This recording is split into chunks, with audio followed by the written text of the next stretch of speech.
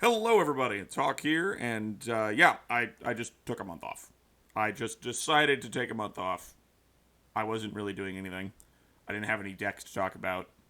Nothing really to discuss. The meta had kind of settled at where it was going to settle, and that was about it. Which is part of the problem with speed duels. The metas last just a hair too long. Just a hair too long. It would have been nice if this was coming out like last week. Been fantastic, but whatever. If the only crime of speed duels is the meta lasts about a month too long, I think I can live with it. But we have news. We have things to discuss. We have more secret rares. We now know 8 of them. That is Slifer the Sky Dragon, Arcana's Red Dark Magician Girl, and the 5 cards you see before you, which are Kaiku the Ghost Destroyer, Exchange, Dark Renewal, Anti-Magic Arrows, and Mind Crush. Now, that means there are 16 more secret rares left. Be curious to see what they're all going to wind up being, but I would imagine everyone's ace monster is going to wind up getting a secret. Though that'd be a little weird for Jinzo to get a second one, so I'm pretty sure he had one in the Battle City box. Sorry, not positive on that one, but I feel like that's true. Anyway, Kaiku's great. He's been good at varying points in Yu-Gi-Oh's history, and it's nice to see him getting a secret rare. He'll look really good in that one. And Mind Crush is a card that we in Speed Duel use the crap out of. On and off depending on meta, but it's a good card. It getting a secret makes sense to me. Exchange is funny. That's about it. I mean, you can do some dumb stuff with like Mind Scan and whatnot, but this is not like a staple new card. This is just for the lulz. And I'm all for the lulz. Anti-Magic Arrows is actually pretty great. This is a really good card. It just blanket stops your opponent from activating spells and traps in the battle phase. You obviously must activate it in the battle phase, but you do it the moment you get in there, and they can't respond to anti-magic arrows. So it's basically Joey in the main deck. So if you can't play Joey for whatever reason, for instance, you're playing Dark Gaia, you're playing Magnets, you're playing Gaia, the non-dark variety, the Knight, you can play anti-magic arrows instead, and then you don't have to sit there popping back row. You can just turn it off and then just plow into them. This does get around Waking the Dragon, thankfully, which is a card I still hate because it's stupid, but here we are. So this is an alternative. This is probably going to be a pretty good card. I wouldn't be shocked if this wound up on the ban list. I also wouldn't be shocked if it just wound up not seeing a whole lot of play outside of occasional side decking, just because we're all on a whole buttload of frickin' chainable back row because of Joey. So we're going to see, right? Dark Renewal is honestly the big one out of this because it's a really, really good trap card. So when your opponent normal or special summons a monster, and you control a spellcaster, I don't think it has to be dark. It might have to be dark, but I'm not positive on that one.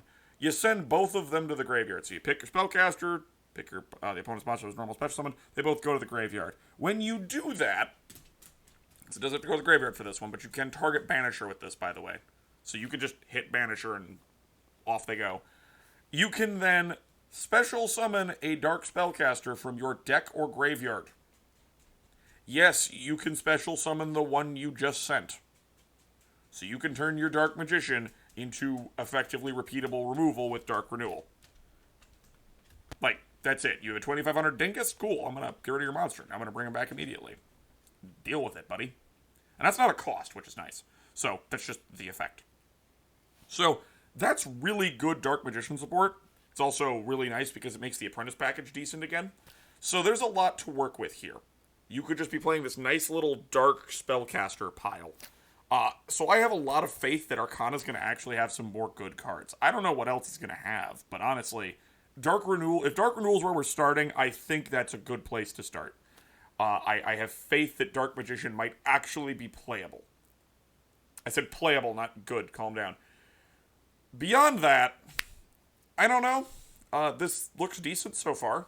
We've got 3 out of the 5 revealed secret rares are new cards, and I mean, Anti-Magic Arrows is a pretty big jump in power. I'm not gonna lie.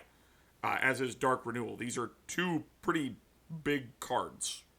Like, these aren't gimmicks. Like, those are decent cards unto themselves. Now, there's one weird thing. They don't mention Seeker by name in here, which is very strange, because they mentioned him in the first one. So there's some theorizing that maybe he's not going to have a deck, but that would feel incredibly weird to give Yugi 2 decks, and then everyone else only has 1. That didn't feel as weird in the Battle City box, because Kaiba had 2, and Yugi, I think, had 3.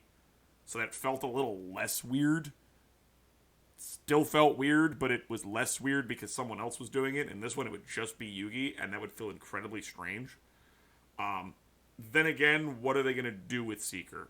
I would prefer if they went and gave us Exodia Incarnate, Obliterate, and then the 4 pieces of Exodia minus the head. And then, like, the skill just counts the head as being in the graveyard. So, you'll summon an arm, chuck the arm to the graveyard, summon Incarnate. Incarnate now has 2,000 attack points. That's it.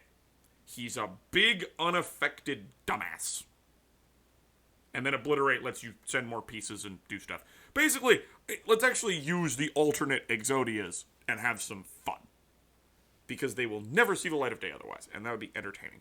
And it's a hell of a lot better than trying to cram Exodia into a 20-card deck and then expect that not to end with a bunch of stupid FTK bullshit.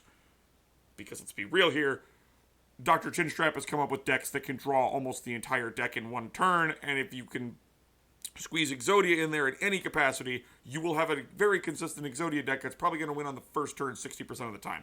It's really frickin' dumb. Alright, we all know it's frickin' dumb. Which is why I don't want it.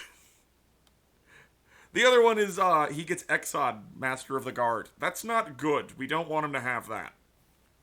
If you don't know what Exod does, you have to summon it by tributing a Sphinx monster, which is stupid unto itself, but he has a 4,000 defense point ass and no attack.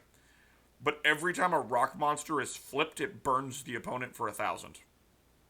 Yes, it turns every rock monster into a stealth bird. You don't want this card.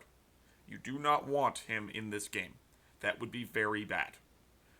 It would be a fairly reliable burn deck, depending on what they gave him. Or it would be garbage. One of the two. It's either hot garbage, or it's an irritating burn deck that can actually just kill you really quickly. Which one do you want? I want neither, frankly. But that's my opinion. What do you guys think? What do you guys think of the secret rares? Are you hopeful for this box? I'm hopeful for this box. I'm reasonably pleased with what I've been seeing so far. What do you all think? Remember to leave a comment below, and I will see you all later. Peace out, everybody.